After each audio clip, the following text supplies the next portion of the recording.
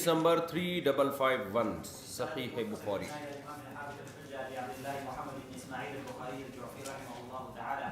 حدثنا حفص بن عمر قال حدثنا شعبة عن ابي اسحاق عن البراء بن عازب رضي الله عنهما قال كان النبي صلى الله عليه وسلم مرضوعا بعيد ما بين المنكبين له شعر يبلغ شحمة اذنيه رايته في حلة حمراء لم ارى شيئا قد احسن منه وقال يوسف بن ابي اسحاق عن ابيه الى منكبيه. یہ حدیث تو ہو گئی تھی نا کل. چلیں ہاں یہاں سے پڑھیں حدیث نمبر 3553. قال حدثنا الحسن بن منصور ابو علي قال حدثنا الحجاج بن محمد الاعور بالمسيسة حدثنا شعبة عن الحكم. یہ ایک جگہ ہے مسیسہ شام میں. قال سمعت ابا جحيفة قال خرج رسول الله صلى الله عليه وسلم بالهاجرة الى البطحاء فتوضأ ثم صلى الظهر ركعتين والعصر ركعتين. نبی صلی اللہ علیہ وسلم دوپہر کے وقت بطحا نکلے. جگہ تھی جہاں پتھر تھے, پانی کا بہاؤ ہوتا ہے نا جہاں, اور اس کے قریب چھوٹے چھوٹے کنکر ہوتے ہیں نا, کوئی بھی دریا ہو کوئی بھی نہر ہو. تو وہاں آپ صلی اللہ علیہ وسلم نکلے, ظہر کی بھی 2 رکعتیں پڑھیں اور پھر عصر کی بھی 2 رکعتیں پڑھیں, یعنی اپنے اپنے ٹائم پہ. الحمدللہ. آگے وبین یدیہ عنزۃ, آپ کے سامنے نیزہ تھا. ہمیشہ نبی صلی اللہ علیہ وسلم نماز پڑھتے ہوئے اپنے آگے سترہ لگایا کرتے تھے. قال شعبة وزاد فيه عون عن أبيه أبي جحيفة قال كانت تمر من ورائه المرأة وقام الناس فجعلوا يأخذون يديه فيمسحون بهما وجوههم قال فأخذت بيديه فوضعتها على وجهي فإذا هي أبرد من الدم ورائحة من المسك. آپ صلی اللہ علیہ وسلم کے سامنے جو سترہ تھا اس سترے کے آگے سے عورتیں بھی گزرتی, لوگ کھڑے ہو گئے. فجعلوا یأخذون یدیہ, نبی صلی اللہ علیہ وسلم کے ہاتھ کو لوگوں نے پکڑ لیا. یعنی وہ بتا رہے سترے کے آگے سے عورت بھی گزر جاتی ہے, تو یہ ان پر رد ہے نا جو یہ کہتے ہیں کہ عورت کے گزرنے سے نماز چھوٹ جاتی ہے. تو بتا رہے کہ وہ تو گزر رہی تھی عورت بھی. نماز کے بعد لوگ کھڑے ہو گئے اور آپ صلی اللہ علیہ وسلم کے دونوں ہاتھوں کو پکڑ کے یمسحون بہما وجوہہم, ان دونوں ہاتھوں سے اپنے چہروں کو مس کرنے لگے. نبی صلی اللہ علیہ وسلم کے ہاتھ لیے اور اپنے چہروں پہ لگانے لگے. قال فأخذت بيده فوضعتها على وجهي, میں نے بھی آپ صلی اللہ علیہ وسلم کے ہاتھ کو لیا اور اپنے چہرے پہ لگایا. فإذا هي أبرد من الثلج, وہ برف سے زیادہ ٹھنڈا. وأطيب رائحة من المسك, اور مشک سے بہتر اس میں خوشبو تھی. یہ بہت ساری احادیث سے مضمون ثابت ہے کہ رسول اللہ صلی اللہ علیہ وسلم کے جسد اطہر میں خوشبو تھی. ایک تو آپ صلی اللہ علیہ وسلم خوشبو کا استعمال بہت کرتے تھے, اور ویسے بھی آپ صلی اللہ علیہ وسلم کے جسد میں اللہ نے معجزاتی طور پہ خوشبو رکھی تھی. چلیں حديث نمبر 3454 وبه قال حدثنا عبدان قال أخبرنا عبد الله قال أخبرنا يونس عن الزهري قال حدثني عبيد الله بن عبد الله عن ابن عباس رضي الله عنه قال كان النبي صلى الله عليه وسلم. سبحان اللہ. حضرت عبداللہ بن عباس رضی اللہ عنہما فرماتے ہیں, دیکھو کسی میں اوصاف ہوتے ہیں نا جو مادی حسن ہوتا ہے, تو مادی حسن بھی اللہ کی ایک نعمت ہے, لیکن اصل تو اخلاق کا حسن ہے نا. تو نبی صلی اللہ علیہ وسلم ظاہری حسن کے ساتھ اخلاقی حسن کیا تھا. حضرت عبداللہ بن عباس فرماتے ہیں کان نبی صلی اللہ علیہ وسلم اجود الناس, ہم میں سب سے زیادہ سخی تھے. عرب میں جو غیر مسلم تھے نا وہی بہت سخی تھے. قریش کی سخاوت مشہور تھی. حاتم طائی گزرا ہے نا, تو وہ تو انہی قوم میں گزرا ہے. پھر آپ کے دادا عبد المطلب کی سخاوت اور قریش کی سخاوت تو مشہور تھی, تو ان میں بھی سب سے زیادہ نبی صلی اللہ علیہ وسلم سخی تھے. تو سوچیں کہ جو سخیوں میں سب سے زیادہ سخی ان کی سخاوت کیا ہوگی. آگے فرماتے ہیں کہ وَأَجْوَدُ مَا يَكُونُ فِي رَمَضَانَ حِينَ يَلْقَاهُ جِبْرَائِيل, اور پھر رمضان میں آپ صلی اللہ علیہ وسلم اور زیادہ سخاوت دکھایا کرتے تھے. یعنی عرب میں سب سے زیادہ سخی آپ, پھر آپ کی بھی سخاوت انتہا کو رمضان میں پہنچی ہوتی تھی جب جبریل آپ سے ملتے. وَكَانَ جِبْرَائِيلُ يَلْقَاهُ فِي كُلِّ لَيْلَةٍ مِّن رَمَضَانَ, حضرت جبریل آپ سے ہر رات رمضان میں ملتے. فَيُدَارِسُهُ الْقُرْآنَ, اور قرآن کا آپ کے ساتھ تکرار کرتے. فَلَا رسول اللہ صلی اللہ علیہ وسلم اجود بالخیر من الريح المرسلہ, بھیجی گئی ہوا, تیز ہوا ہوتی ہے نا, اس سے بھی زیادہ آپ سخاوت کا دریا بن جاتے تھے. چلیں حديث نمبر 355. وبه قال حدثنا يحيى بن موسى قال حدثنا عبد الرزاق قال حدثنا ابن جريج قال اخبرني ابن شهاب عن عروة عن عائشة رضي الله عنها وعنه ان رسول الله صلى الله عليه وسلم دخل عليها مسرورا تبرق اسارير وجهه فقال الم تسمعي الى ما قال المدلجي لزيد واسامة واقدامهما ان بعض هذه الاقدام من بعض. جی حضرت عروہ حضرت عائشہ رضی اللہ عنہا سے نقل کرتے ہیں کہ رسول اللہ صلی اللہ علیہ وسلم حضرت عائشہ کے پاس آئے مسروراً خوش تھے تبرق اساریر وجہہ آپ کے چہرے کی لکیریں چمک رہی تھیں. یہ حدیث بھی نبی صلی اللہ علیہ وسلم کی جو آپ میں جو جمال تھا اس کو بیان کرنے کے لیے. حالانکہ حدیث کا مضمون کچھ اور ہے, کس بات پہ خوش تھے وہ آگے آ رہا ہے, لیکن یہ امام بخاری یہ لے کر کیوں آئے کہ نبی کی ایک صفت بیان کرنے کے لیے کہ آپ جب بھی خوش ہوتے تھے تو آپ کے چہرے سے اس خوشی کے اثرات بہت زیادہ ظاہر ہوتے تھے, اور جب آپ غضبناک ہوتے تو آپ کے چہرے سے غصے کے آثار بھی بہت زیادہ ظاہر ہوتے تھے. زبان سے آپ اظہار کم کرتے تھے, یعنی آپ کو غصہ بھی ہوتا تھا نا تو ما کان فاحشن ولا متفحشن, آگے جیسے حدیث آ رہی ہے کہ ایسے سخت الفاظ نہیں کہتے تھے, چہرے سے پتہ چلتا تھا غضب کا. تو آپ کی خوشی میں بھی آپ کا چہرہ بہت زیادہ چمکتا تھا. تو تبرق اساریر وجہہ, آپ کے چہرے کی جو لکیریں ہیں جو پیشانی پہ ہوتی ہیں نا ان سے وہ چمکنا شروع ہو جاتی تھی. آگے ایک اور حدیث اسی بارے میں آ رہی ہے. اور کیوں خوش تھے آپ صلی اللہ علیہ وسلم؟ آپ نے حضرت عائشہ سے فرمایا الم تسمعی الی ما قال المدلجی, تمہیں پتہ نہیں ہے مدلجی نے کیا کہا ہے. مدلجی جو تھا نا وہ قیافہ شناس تھا. عرب میں ماہرین ہوا کرتے تھے نا اندازے لگانے کے. جیسے آپ آج کوئی چور آتا تھا نا پہلے زمانے میں, وہ سی سی ٹی وی کیمرے تو ہوتے نہیں تھے, تو لوگ بلایا کرتے تھے کہ جو بڑے بڑے ماہر ہوتے تھے نا کہ وہ چور کے قدموں سے اور ان چیزوں سے اندازہ لگا کے بندے تک پہنچ جاتے تھے. ہمارے ایک جاننے والے تھے, ان کی چھت پہ پرندے تھے, وہ پرندے چوری ہو گئے. تو کسی کو سمجھ میں نہیں آ رہا چور کہاں سے آیا کیسے ہوا, تو انہوں نے اسی طرح ایک قیافہ شناس کو بلایا. وہ بندہ چور تک پہنچ گیا بھائی, وہ چور تک پہنچ گیا بندہ کہ یہاں سے آیا, اس گھر سے آیا, اور پکڑ لیا, وہ نکل آیا چور, وہ وہی تھا. تو یہ بڑے پہلے زمانے میں بڑے ماہرین ہوا کرتے تھے اس کے. تو اسی طرح قیافہ شناس لوگ نا نسب کا بھی اندازہ لگا لیا کرتے تھے. شکل دیکھ کے, پاؤں دیکھ کے, آنکھیں دیکھ کے بتا دیا کرتے تھے یہ فلاں کا بیٹا ہے. تو قیافہ شناسوں کو عرب بڑی ویلیو دیا کرتے تھے. اب نبی صلی اللہ علیہ وسلم کو بہت زیادہ محبت تھی زید ابن حارثہ سے. یہ غلام تھے نا, تو نبی صلی اللہ علیہ وسلم نے ان کو آزاد کر کے اپنا منہ بولا بیٹا بنا لیا تھا. تو بہت محبت دی. ان کے بیٹے تھے اسامہ بن زید. اب زید رضی اللہ تعالیٰ عنہ گورے تھے, اور جو اسامہ بن زید تھے وہ شکل میں گورے نہیں تھے, وہ حبشیوں کی طرح کے تھے.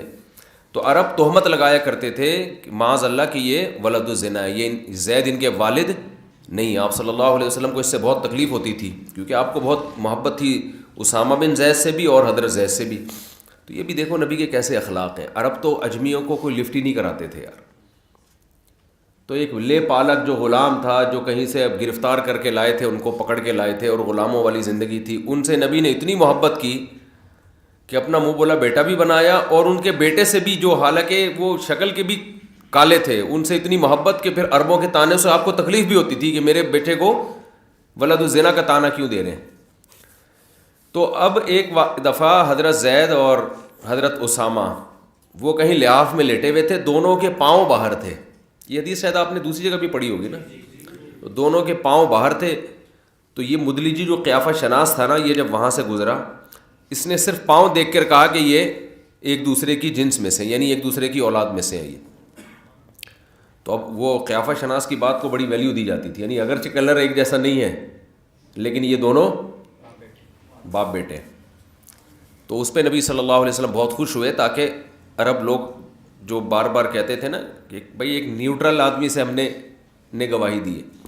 باقی نسب کا جو مسئلہ ہے, امام شافعی رحمہ اللہ کے نزدیک قیافہ کے ذریعے نسب کا پتہ چلایا جا سکتا ہے اور اس کا شریعت میں اعتبار ہوگا, لیکن امام حنیفہ کے نزدیک قیافہ شناس کی بات کی کوئی حیثیت نہیں ہے, بلکہ شہرت ضروری ہے.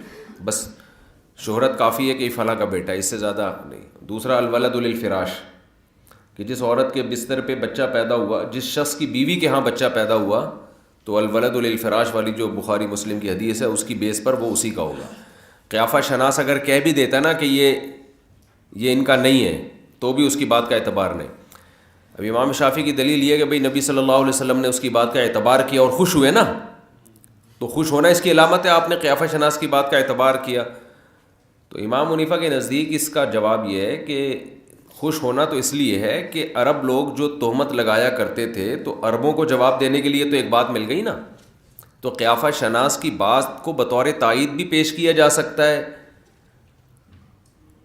اور قیافہ شناس کی بات پہ خوش بھی ہوا جا سکتا ہے، تاکہ لوگوں میں جب یہ بات پھیلے گی، وہ عرب تو نہیں مانتے تھے نا اس کو، قرآن و سنت کو، وہ نبی کی بات تھوڑی وہ ماننا ہوتا تو وہ تو یہاں تک نوبت ہی نہ آتی.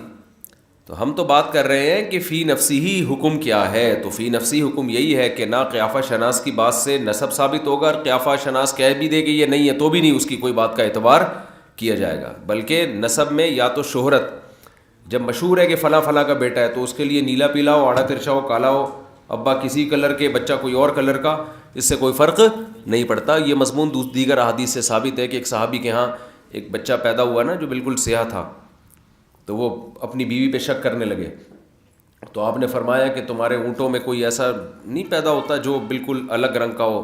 تو انہوں نے کہا ہم یہ کہتے ہیں کہ شاید کوئی اس کے اوپر کی نسل میں کوئی اس کلر کا اونٹ گزرا ہو اور اس پہ چلا گیا. تو آپ نے فرمایا عین ممکن ہے کہ تمہارے باپ دادوں میں کوئی اس طرح کا گزرا ہو. تو وہاں اعتبار نہیں کیا گیا، حالانکہ بالکل ہی اس کا ڈیزائن بچے کا چینج تھا. آج کل اللہ کی پناہ یار، آج کل زنا اتنا پھیل گیا نا.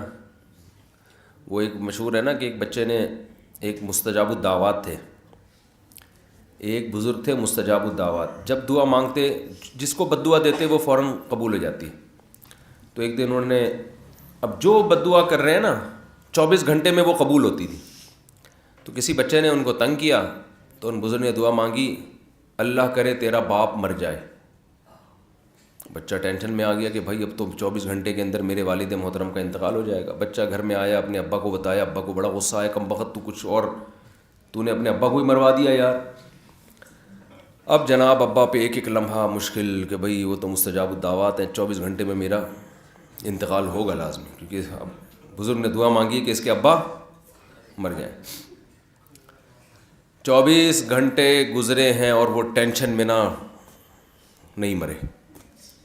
تو بڑا خوش ہوا کہ بھئی چلو اللہ نے مجھے بچا لیا، آج دعا قبول نہیں ہوئی. تھوڑی دیر میں مسجد سے اعلان و حضرات پڑوس میں وسیم بھائی کا انتقال ہو گیا. چلو اچھا بھائی چلو.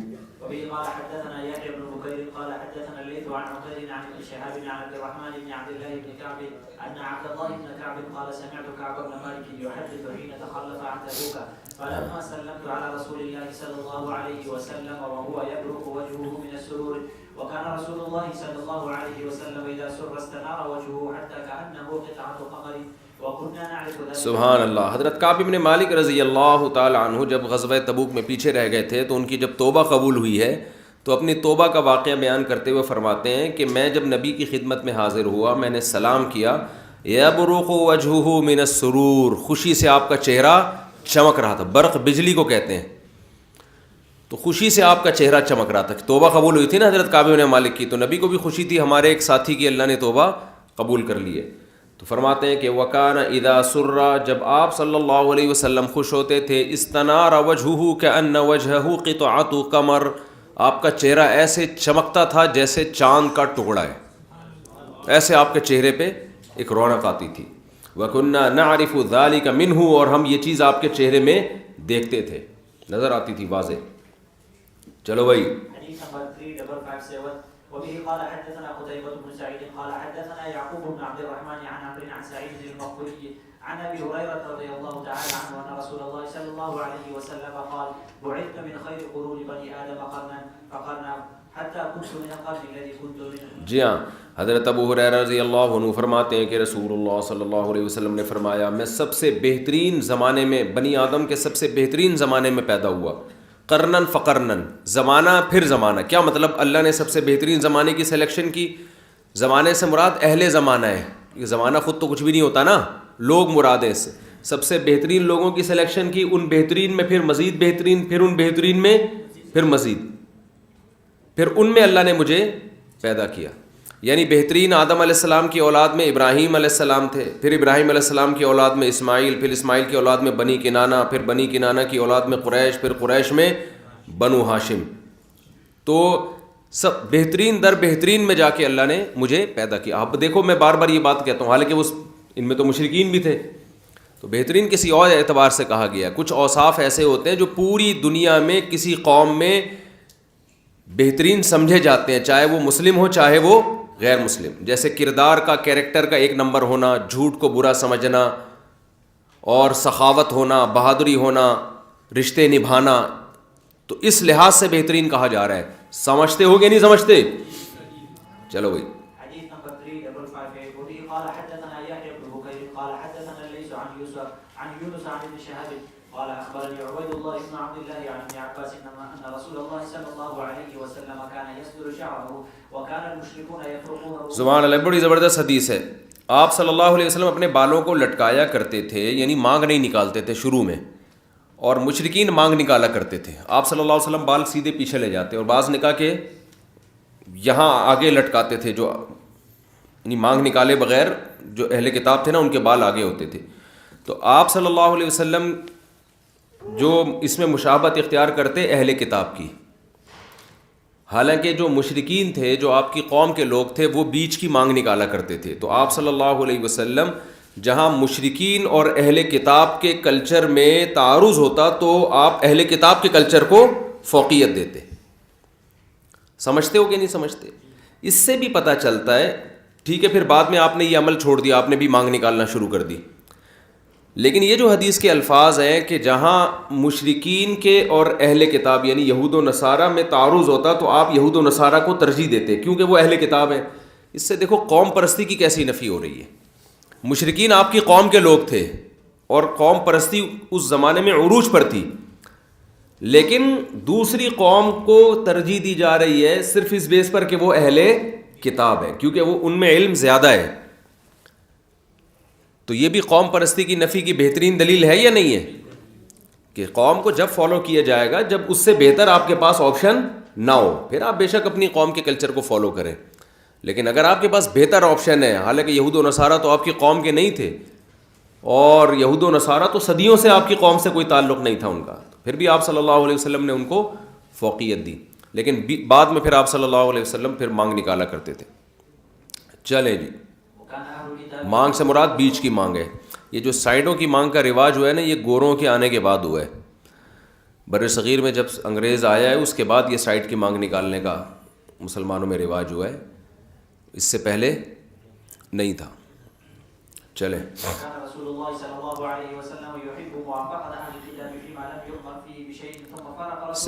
اس سے اجتناب کرنا چاہیے. مانگ یا تو نکالے ہی نہیں، سارے بال پیچھے لے جائیں، نکالیں تو پھر بیچ کی مانگ نکالیں. اسٹائل میں اسٹائل چھوڑ دیں، تمیز کے انسان کا بچہ بن کے رہنا چاہیے آدمی. پھر یہ سائڈ کی مانگ کے پھر آگے اس کے پھر آگے مختلف فرقے ہیں اس میں کہ یوں کر کے پف نکالی جائے پھر یوں نکالی جائے. یہ جتنا آپ تکلفات کی دنیا میں جاؤ گے اچھے نہیں لگو گے اس سے. یہ جو مصنوعی فیشن ہے نا، یہ وقتی طور پر صحیح لگتا ہے، لیکن حقیقت ہے کہ سادگی میں اللہ نے جو حسن رکھا ہے نا، بیچ کی مانگ نکالو. چھوٹے بال ہیں تو اس میں تو نکلتی ہی نہیں ہے مانگ، بڑے بال ہیں تو پھر بیچ کی نکالو، سارے بال پیچھے لے کے جاؤ، بس. اس سے زیادہ وہ حسن کہاں گیا. چلو، اور علماء پہ تو بالکل بھی سوٹ نہیں کرتا یہ چیزیں. اچھا، یہ جو بعض ہمارے طالب علم ہوتے ہیں وہ سمجھتے ہیں کہ میں ایسے فیشن ویشن رکھیں گے تو بڑی عزت ہوگی. یہ خوب سمجھ لو کہ یہ دنیا میں جو فیشنیبل لوگ ہیں یہ اتنا آگے جا چکے ہیں کہ اگر آپ نے یہ فیشن والی زندگی اختیار کی نا تو نہ ادھر کے رہو گے نہ ادھر کے رہو گے. نہ وہ طبقہ آپ کی عزت کرے گا کیونکہ وہ تو ویسے ہی مولویوں کو پسند نہیں کرتا، اور جو علماء صلحاء کا طبقہ ہے جو تقویٰ دیکھ کر محبت کرتا ہے وہ ویسے ہی نہیں کرے گا، وہ کہے گا یہ تو فیشنیبل قسم کا آدمی ہے. تو اس ٹائپ کے جو مولوی ہوتے ہیں نا، جو بیچ کے ہوتے ہیں، وہ کہیں کے بھی نہیں رہتے بیچارے. وہ ادھر سے بھی عزت حاصل کرنے کی کوشش کرتے ہیں، ادھر سے بھی، تو نہ ادھر سے ملتی ہے نہ ادھر سے ملتی. اور یہ مسئلہ کہ لوگ پسند نہیں کرتے، اس کو بالکل لفٹ نہیں کرایا کرو. حضرت قاری بشیر صاحب آئے نا سعودی عرب سے، یعنی ائمہ حرمین کے اساتذہ میں سے ہیں وہ. بعض پاکستانیوں کو اللہ نے بڑا اعزاز دیا ہے. وہ وہیں گئے, ہمارے اکابر جب گئے نا مدینہ اور مکہ, اس زمانے میں گئے تھے ہمارے اکابر جب وہاں غربت تھی, تو ہمارے ہاں ہمارے اکابر سے پڑھا عربوں نے بھی. تو آج ہمیں بہت سارے قاری جو عرب میں بڑے بڑے قاری ہیں وہ ہمارے پاکستانی اور انڈیا کے قاریوں کے شاگرد ہیں وہ, جن میں سے ایک حضرت مولانا قاری بشیر صاحب بھی. ائمہ حرم میں بہت سارے ائمہ نے حضرت کے شاگردوں میں سے ہیں. پھر یہ وہیں حضرت نے قیام کیا. تو اب جب تیل دریافت ہوا ہے تو پھر تو بہت سارے لوگ جانا شروع ہو گئے. تو یہ بڑی قربانی ہے ہمارے اکابر کی, جو اس دور میں گئے ہیں عرب میں مکہ مدینہ کی محبت میں, جب وہاں کھانے کو روٹی نہیں تھی. اس وقت انہوں نے اسٹے کیا. ریال نکلنے کے بعد تو ہر آدمی کی خواہش ہے جانے کی, اب تو وہ لفٹ ہی نہیں کراتے. تو بعد میں ان کی پتہ نہیں, ہاں وہ مجھے کہہ رہے تھے کہ بہت, انہوں نے کہیں سروے کیا نا تو میرے بارے میں مجھے کہنے لگے کہ آپ کے بہت سارے لوگ خلاف بھی ہیں اور بڑے یہ ہے فلانا. تو انہوں نے ایک بڑی زبردست بات کہی کہ جس آدمی سے لوگوں کو کسی کو بھی حسد نہ ہو, اس کا مطلب وہ بالکل ہی فضول ہے. جس سے لوگوں کو کسی کو بھی, یہ نہیں کہ لوگوں کو حسد, کسی کو بھی حسد نہ ہو تو وہ بالکل ہی فضول ہے. سمجھتے ہو کہ نہیں سمجھتے؟ تسلی کے لیے انہوں نے جملہ کہا کہ زیادہ لوگوں کے نیگیٹو کمنٹ سے ٹینشن نہیں لینی چاہیے. تو آپ اگر ادھر کو چلے گئے نا لبرل طبقے کی طرف, تو مولانا لوگ یعنی جو دیندار لوگ ہیں وہ لفٹ نہیں کرائیں گے. ادھر کو آ گئے تو یہ ہوتا یہ ہے کہ جب آپ پورے مولوی بنتے ہو تو آپ کو یہ ہوتا ہے کہ میں پروفیشنل مولانا کہلاؤں گا, لوگ کیا بولیں گے, یہ تو بالکل ہی فنڈامنٹلسٹ قسم کا ہے, تو لوگوں کو بولنے دو, اس چکر میں بیچ کے نہ بنو. یہ ایسا ہی ہے جیسے کوئی عورت کسی مرد کو دیکھ کے کہے تو بالکل ہی فل مردانگی ہے, اس میں تو بہت زیادہ وجاہت ہے, بھائی میں تو اس سے شادی نہیں کر سکتی, یہ تو بہت ہی مردانگی کی انتہا کو پہنچا ہوا ہے. تو آپ نے کہا کہ چلو تھوڑا سا میں نسوانیت پیدا کر دیتا ہوں اپنے اندر, تھوڑا سا ہائے اللہ ہوئی اللہ والا اسٹائل کر لیتا ہوں. تو ہو سکتا ہے چند بے وقوف عورتیں آپ کو پسند کریں, لیکن جس میں واقعی نسوانیت ہوگی نا, جو عورت ہوگی سچی مچی کی, اس کو آپ پسند نہیں ہوگے کہ نہ یہ ادھر کا رہا نہ ادھر کا رہا. تو اس لیے یا تو پورے ادھر ہو جاؤ یا پورے ادھر ہو جاؤ, LGBT والا سسٹم نہیں کرو. چلو بھائی, کیا خیال ہے زاہد بھائی, غلط تو نہیں کہا؟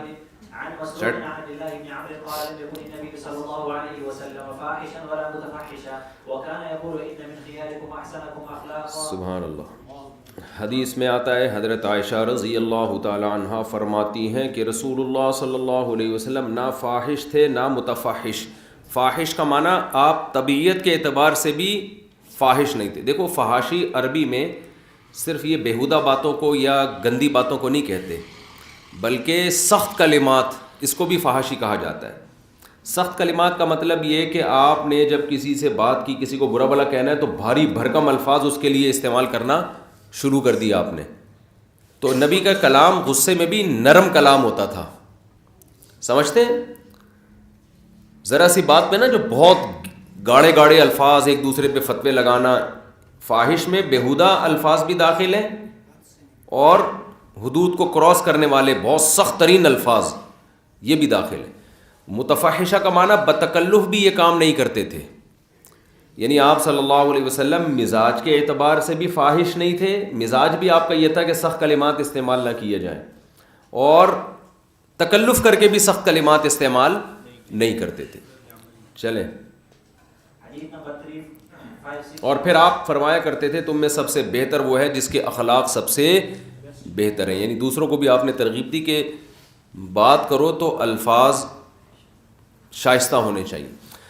حضرت مفتی تقی صاحب ایک جگہ درس دے رہے تھے تو ایک لفظ آیا یعنی برہنہ ہونا نا, برہنہ.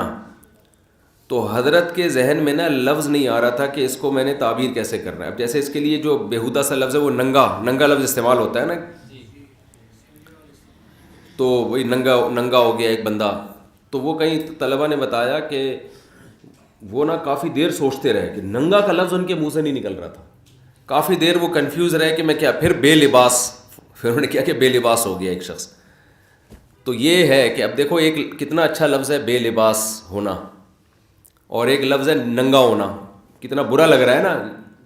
تو یہ ہے فاحش اور متفحش کا مطلب. کہ ایسے الفاظ کی سلیکشن ہو جو مہذب الفاظ ہوں. چلے جی. وبه قال حدثنا عبد الله بن يوسف قال اخبرنا مالك عن ابن شهاب عن عروة بن الزبير عن عائشة انها قالت. شاعر لوگ کہتے ہیں بے پیرہن، کسے نصیب کے اسے بے پیرہن دیکھے. وہ ہے نا اس کا شعر، احمد فراز بڑے شاعر گزرے ہیں نا. کسے نصیب کے اسے بے پیرہن، سنا ہے اس کے شبستان سے متصل ہے بہشت. شبستان دیکھو یار، خوابگاہ جہاں محبوبہ سوتی ہے. اب اس کو اگر آدمی اپنے عام الفاظ میں بیان کرے تو یہ شائستگی آئے گی؟ وہ کہہ رہی ہے محبوبہ جہاں سوتی ہے نا وہ بڑی لشپش جگہ ہے، یہی کہے گا نا. تو شاعر نے کیسے خوبصورت الفاظ میں سنا ہے اس کے شبستان سے متصل ہے بہشت، مکی ادھر کے بھی جلوے ادھر کے دیکھتے ہیں. جو وہاں رہتے ہیں نا جنت میں وہ بھی جھانک کے ادھر دیکھ رہے ہو. اب دیکھو انتہائی بیہودہ بات کو کیسی شائستگی سے بیان کر دیا. اور کسے نصیب کے اسے بے پیرہن دیکھے، آگے پتہ نہیں کیا ہے. ہاں کبھی کبھی، ابے دیکھو کیسے یاد ہے اس کو، کبھی کبھی در و دیوار گھر کے دیکھتے ہیں. اور ایک اور جگنو والا بھی ہے یار، ایک ٹائٹ شعر اس جگنو والا جو سناؤ جلدی سے، پھر آگے چلیں. ابے سنا ہے کر کے آتا ہے، بڑا جگنو والا شعر ہے، بڑا ٹائٹ ہے. ابے وہ والا شعر ہے نا جگنو کے، بڑا زبردست، یہ پورا اس کے کلام بڑا زبردست ہے احمد فراز. چلو بھائی آگے سبق پڑھو یار تم لوگ.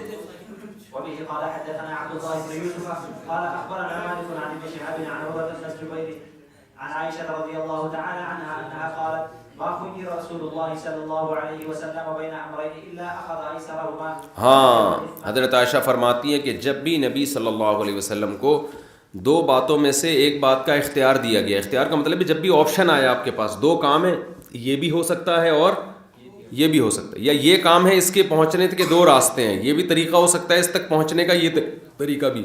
الا ان اخذ ایسرہما، آپ نے ہمیشہ آسان راستے کو ترجیح دی ہے، ہمیشہ آسان طریقے کو ترجیح دی. یعنی طبیعت میں بھی آپ کے نرمی ہوئی کہ نہیں ہوئی؟ بعض لوگ خام خامے مشکل طریقہ اختیار کر رہے ہوتے ہیں. مثال کے طور پر بچوں کو دیکھا ہوگا آپ نے، ہم تو بچپن میں ہمارے پڑوس میں بادام کا درخت تھا، بادام توڑتے تھے. اب ایک طریقہ یہ ہے کہ آپ تمیز سے کوئی لمبی سی ڈنڈی لے کر آؤ، نہیں مل رہی تو تھوڑا تلاش کر لو، اس کے آرام سے یوں کر کے توڑو. ایک طریقہ یہ دیوار ہے جو پہلے ہی کمزور ہے، اس پہ چڑھو گے گرنے کا خطرہ، پھر شاخیں کمزور ہیں اس پہ لٹکو گے سر پر پھٹے گا. لیکن جلدی کے چکر میں آپ کیا کر رہے ہو؟ خطرناک طریقہ اختیار کر رہے ہو. تو ہمارے بچپن میں بہت سے لوگ اس درخت پہ چڑھتے ہوئے الحمدللہ بچے اپنے ہاتھ پاؤں توڑوا چکے تھے. ایک پیپل کا درخت تھا، اس میں بھی بہت سارے واقعات تھے، اوپر چڑھنے کے چکر میں سلپ ہوا گیا کام. تو اسی طرح اور بھی لوگوں کے پاس جب ہدف تک پہنچنا ہوتا ہے تو ایک تمیز والا طریقہ ہوتا ہے، تھوڑا سا دیر پا ہے لیکن اس میں خطرات کم ہے، آسان طریقہ ہے. ایک طریقہ ہے کہ مشکل ہے. تو ہمارے نبی صلی اللہ علیہ وسلم کی عادت کیا تھی؟ آپ کے مزاج میں نرمی تھی، ٹھہراؤ تھا. جیسے کہ حدیث میں آتا ہے کیا ہے، الرفق ما کان فی شیء الا زانا وما نزیع عن شیء الا شانا. تو آپ صلی اللہ علیہ وسلم بھی ہمیشہ اس میں آسان والا راستہ اختیار کرتے تھے. چلیں ہاں، بشرطے کہ اس میں گناہ نہ ہو. اگر گناہ ہوتا تو پھر سب سے دور ہوتے.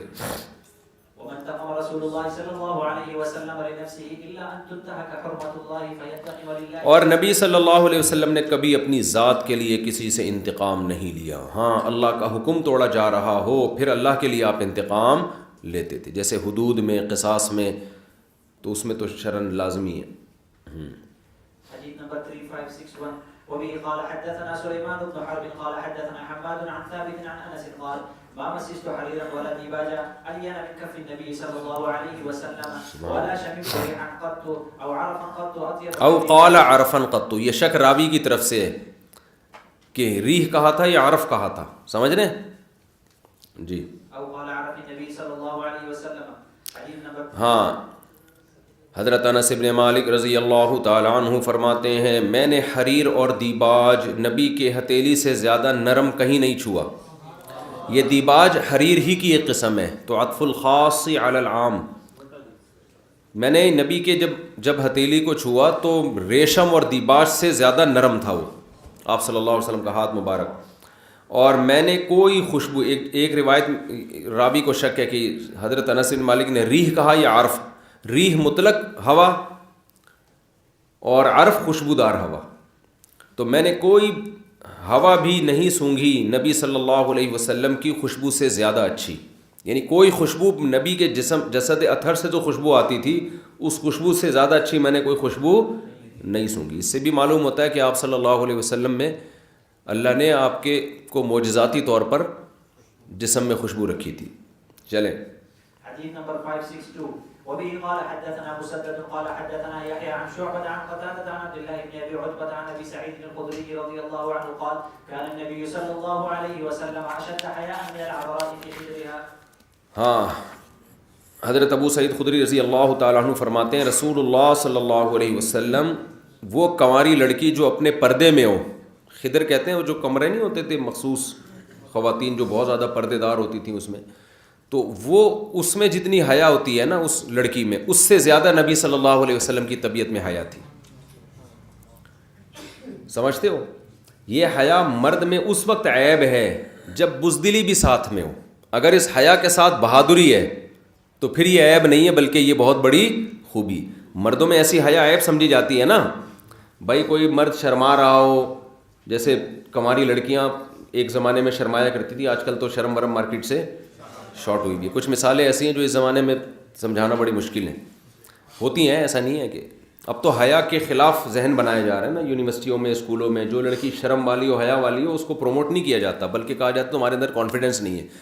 تو جتنی ماشاءاللہ بدتمیز ہوگی اس کو اتنا ترقی یافتہ سمجھا جائے گا. کہ کانفیڈنٹ، حالانکہ کانفیڈنس ایک الگ چیز ہے، حیا ایک الگ چیز ہے. تو اب وہ فرق کیا ہے یہ پھر سبق رہ جائے گا ہمارا. تو نبی صلی اللہ علیہ وسلم کے مزاج میں اس سے بھی زیادہ حیا تھی. کیا مطلب؟ کوئی ایسی بات سننا جو حیا کے خلاف ہو وہ آپ صلی اللہ علیہ وسلم سننا پسند نہیں کرتے تھے. اور جو میاں بیوی کے خاص معاملات ہوتے ہیں اس میں بھی ہم حضرت عائشہ رضی اللہ تعالی عنہ نے نبی صلی اللہ علیہ وسلم کی حیا کو بیان کیا ہے. تو یہ مزاج کی بات تھی نبی صلی اللہ علیہ وسلم کی. لیکن دوسری طرف آپ جنگوں میں بہادری دیکھیں وہ کس قدر آج کوئی شرمیلا ہوتا ہے نا تو وہ عیب کی وجہ سے شرمیلا ہوتا ہے، اس لیے کہ وہ بزدل ہوتا ہے، اس میں مردانگی نہیں ہوتی. تو مردانگی کے ساتھ حیا کا ہونا یہ بہت بڑی خوبی ہے. چلیں وبه قال حدثنا محمد بن بشار قال حدثنا يحيى وابن مهدي قال حدثنا شعبة مثله واذا كره شيئا عرف. ہاں، آگے حدیث میں ایک دوسری روایت میں یہ بھی اضافہ ہے کہ آپ صلی اللہ علیہ وسلم میں بہت زیادہ حیا تھی، لیکن جب آپ صلی اللہ علیہ وسلم جب ناراض ہوتے تو یہ چیز آپ کے چہرے سے جھلکتی تھی. مطلب یہ بھی حیا کی وجہ سے کہ جب کسی چیز پہ ناراض ہوتے تو ایسے نہیں غصہ جاری کرتے. طبیعت میں حیا تھی نا تو آپ صلی اللہ علیہ وسلم اس غصے کو پیتے تھے اور اس ناراضی کے آثار آپ کے صرف چہرے سے ظاہر ہوتے تھے. سمجھتے ہو؟ جو بااخلاق لوگ ہوتے ہیں نا ان کے لیے وہ زیادہ چیختے چلاتے نہیں ہیں باتوں پہ، جیسے ہم لوگ ہیں نا ایک دم بھڑک اٹھتے ہیں تمہاری ایسی کی تیسی ہو تمہاری. اور جو آپ نے بڑے اکابر بزرگ دیکھے ہوں گے وہ بس ان کو غصہ آتا ہے اور خاموشی اختیار کرتے ہیں، ان کے چہرے سے لگ جاتا ہے کہ یہ غصے میں. چلو یہ ساری حدیثیں ہم لوگ کے خلاف جا رہی ہیں. چلو آگے جلدی ختم کرو اس ٹاپک کو یار، یہ ٹاپک جلدی ختم کرو، ڈپریشن میں جا رہے ہیں ہم لوگ. قال اخبرنا شعبة عن اعمش عن ابي حازم عن ابي هريرة رضي الله تعالى عنه قال ما عاب النبي صلى الله عليه وسلم طعاما قط ان اشتهاه اكله والا تركه. حضرت ابو ہریرہ فرماتے ہیں نبی صلی اللہ علیہ وسلم نے کبھی کھانے میں عیب نہیں نکالا. اگر آپ کو پسند آیا تو کھا لیا، پسند نہیں آیا تو چھوڑ دیا. دیکھو کیسا اعتدال ہے. یہ بھی نہیں کہ پسند نہیں آیا تو بھی کھایا اللہ کی نعمت سمجھ کے، ایسا بھی نہیں ہے. بعض لوگ غلو کرتے ہیں، بھائی اللہ کی نعمت ہے پسند نہیں آ رہا تو بھی کھاؤ. پسند نہیں آ کے بھی کھاؤ گے الٹی ہونے کا خطرہ ہے، وہ جسم کو لگے گا نہیں، نقصان دے گا. تو کسی کو کھانا کھلانے پر زبردستی مجبور نہیں کرنا چاہیے. دعوتوں میں جاؤ نا زبردستی ٹھوستے ہیں، اس کو اخلاق سمجھتے ہیں. تو اس حدیث سے بھی پتہ چلتا ہے کہ آپ مہمان کو مجبور نہ کریں. آپ نے جب 20 کھانے اس کے سامنے لا کے رکھ دیے ہیں تو وہ اس کا مطلب وہ خود ہی اپنی مرضی سے کھائے گا. اس کو کوفتے کھانے ہیں، اس کو نہاری کھانی ہے، جو اس کا موڈ ہو رہا ہے نا وہ کھانے دو اس کو. یہ تو میں چونکہ بھگتتا ہوں نا، مجھے پتہ ہے میرے تو جھگڑے ہوتے ہوتے رہ گئے. ہاں یہ کھاؤ یہ کھاؤ. ابے بھائی نہیں کھا رہا ہے, جاؤ جو مرضی کرنا ہے. دماغ خراب کر دیتے ہیں. پارسل کا انتظام یہ تو غیر اخلاقی حرکت ہو جائے گی نا, پارسل کر دیں تو یہ بہت بری حرکت ہے. تو دیکھو ہمارے نبی صلی اللہ علیہ وسلم کو بھی کھانا پسند نہیں آیا, چھوڑ دیا, لیکن عیب نہیں نکالا یہ کیا پکا دیا. آج اتنے سخت الفاظ استعمال کرتے ہیں ہم لوگ تو گھر میں, جب کبھی ایسا لفظ بولتے ہیں, میں تو گھر میں والدین سے ٹھکائی ہوتی تھی ہماری, آج ماں باپ بھی نہیں کہتے. اب اکثر میں نے لوگوں کو دیکھا ہے کیا بکواس کھانا ہے, یوں کہہ رہے ہوتے ہیں. یار یہ بہت گندا لفظ ہے رزق کے لیے. کہیں بھی کھانا اگر سامنے آیا ہے آپ کو پسند نہیں آ رہا ہے, یہ نہ بولو کہ کیا بکواس کھانا ہے, تو بہت ہی غلیظ لفظ ہے. تو تمیز اور تہذیب ختم ہو رہی ہے. آپ یہ بول دو کہ نمک اس میں تھوڑا زیادہ ہو گیا, یار تھوڑا نمک کم رکھا کریں. اس طرح کے شائستہ الفاظ بھی استعمال کیے جا سکتے ہیں. اور اس کو تھوڑا سا زیادہ گلا دیں, یا اس میں مرچیں کم رکھ دیں, یا فلاں مرچیں زیادہ ڈال دیں. کہیں ہوٹل والے کو بھی آپ نے کہنا ہے نا, تو اس تمیز کے دائرے میں انسان کہہ دے. یا گھر والوں کو اگر کہنا ہے کہ یہ یوں پکانا ہے, تو اس کو تھوڑا سا یوں کہہ دو. گھر والوں سے آپ تو اکثر چھڑے چھاٹ ہیں, آپ کو کیا پتہ گھر والوں کے ساتھ انسان کیسی بے عزتی والی, استغفر اللہ, عزت والی زندگی گزار رہا ہوتا ہے انسان. تو اس میں آپ یوں کہتے ہیں کہ بھائی اس میں تھوڑا نمک کم کر دیا کرو تو زیادہ اچھا بن جائے گا. ابھی بھی بہت اچھا ہے, تھوڑا نمک کم کرو گی تو بہت زیادہ اچھا ہو جائے گا. یہ سیکھ لیں, یہ لکھے گئی, رٹا لگا کے یاد کر لیں, ہوگا پھر بھی نہیں کم. آگے وہ بھی بااخلاق ہوگی تو جواب دے گی کہ ٹھیک ہے شکریہ آپ نے بتا دیا, آئندہ ایسے ہی ہوگا. لیکن اگر اس کے اخلاق اچھے نہیں ہوں گے تو کہیں گے کیا بلڈ پریشر کے مریض ہو جو کم کھا رہے ہو. آپ کو تو نمک کم کھا کے بھی آپ کا بی پی تو ہائی اسی طرح رہے گا. تو نمک سے بی پی ہائی ہو نہ ہو اس کی باتوں سے, اور بااخلاق ہوگی تو کہے گی تھینک یو جی, آئندہ انشاءاللہ ہم خیال کریں گے, آئندہ نمک ہم تھوڑا سا کم ڈالیں گے. ایکسکیوز می سر. چلیں چلو بھائی, آج کل اخلاق صرف لڑکیوں کے دفتروں میں رہ گئے ہیں اور مردوں کے بھی دوستوں میں رہ گئے ہیں. نہ آدمی کے گھر والی سے اخلاق اچھے ہیں اور نہ گھر والی کے شوہر سے اخلاق اچھے ہیں. اخلاق سب باہر سیٹنگ بہت, گوروں میں یہی چیز ہے نا, تھینک یو سے بات شروع کرو, تھینک یو پہ ختم کرو بس. جیسے ایئر ہوسٹس کے اخلاق ہیں, بڑے زبردست قسم کے اخلاق ہوتے ہیں ایئر ہوسٹس کے, جاب ہے تو بس وہی چل رہا ہے. حسن کو جب بھی ایئر ہوسٹس کی بات کرو, حسن کو بڑی تکلیف ہوتی ہے. چلو بھائی آگے چلو یار. وبه قال حدثنا قتيبة بن سعيد قال حدثنا بكر بن مضر عن جعفر بن ربيعة عن الأعرج عن عبد الله بن مالك بن بحينة الأسدي قال كان النبي صلى الله عليه وسلم إذا سجد فرج بين يديه حتى نرى إبطيه. قال وقال ابن بكير قال حدثنا بكر وقال بياض إبطيه. یہ کس نے, یہ ویسے پوچھ لیں, پتہ نہیں کیا لکھا ہوا ہے یار. ہاں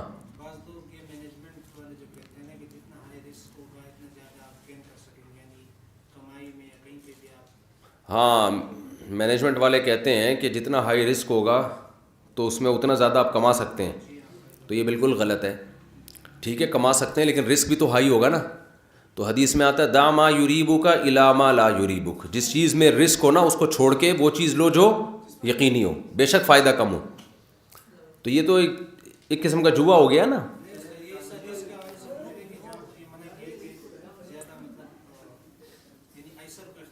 ہاں ہاں یہی ہے ایسر کا, اس میں یہ بھی ہے کہ رسک کم سے کم ہو اس میں. چلو اچھا, یہ حدیث میں کیا ہے کہ وہ حضرت انس رضی اللہ تعالیٰ عنہ فرماتے ہیں کہ رسول اللہ, کون سی حدیث ہے بھائی, ہاں, فرماتے ہیں کہ رسول اللہ صلی اللہ علیہ وسلم جب سجدہ کرتے فرج بین یدیہ, اپنے دونوں بازوؤں کو کھولتے, حتی نری ابطیہ, یہاں تک کہ ہم آپ کی بغلوں کو دیکھ لیتے. اور دوسری بات میں بیاض ابطیہ, آپ کی بغلوں کی سفیدی پہ نظر پڑ جاتی. دیکھنے کا مطلب یہ نہیں کہ جھانک جھانک کے دیکھتے, یعنی نظر پڑ جاتی تھی اس پہ. تو اس میں بھی دیکھو بغلوں کی سفیدی,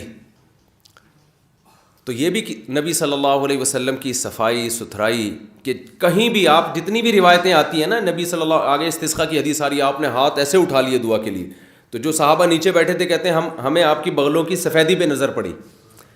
ہمیشہ نبی کی بغلیں سفید رہی ہیں. کیا مطلب, بالوں کو ہمیشہ آپ صلی اللہ علیہ وسلم نے صاف کی. ایک سردار جی کا میرے خلاف بیان آیا ہے, وہ سنا ہوگا آپ لوگوں نے. تو میں نے کہا نا, وہ تو بعض لوگ بہت بڑے بڑے بال رکھتے ہیں, تو انہوں نے کہا کہ وہ تو عرب میں پانی نہیں تھا, اس لیے اسلام نے حکم دیا کہ بغلوں کے بال کو صاف کرو. تو پانی کی کمی کی وجہ سے, کیونکہ وہ بال بڑے ہوتے تو ایسا گندگی ہوتی ہے. عرب میں جو پانی تھا نا وہ انڈیا ہندوستان سے بہت کم تھا، پانی سب سے بڑا مسئلہ تھا. پانی نہ ہونے کے باوجود آپ نے ہمیں 5 ٹائم وضو کا حکم دیا، ہفتے میں غسل کا حکم دیا.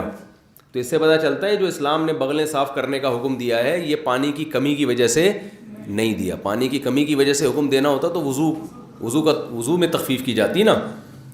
تو یہ صفائی کی وجہ سے حکم دیا ہے، سمجھتے ہو؟ چلو غیر مسلموں میں تو اب آ رہی ہیں یہ چیزیں، بغلوں کے بال صاف کرنا اور اس طرح کے. پہلے تو یہ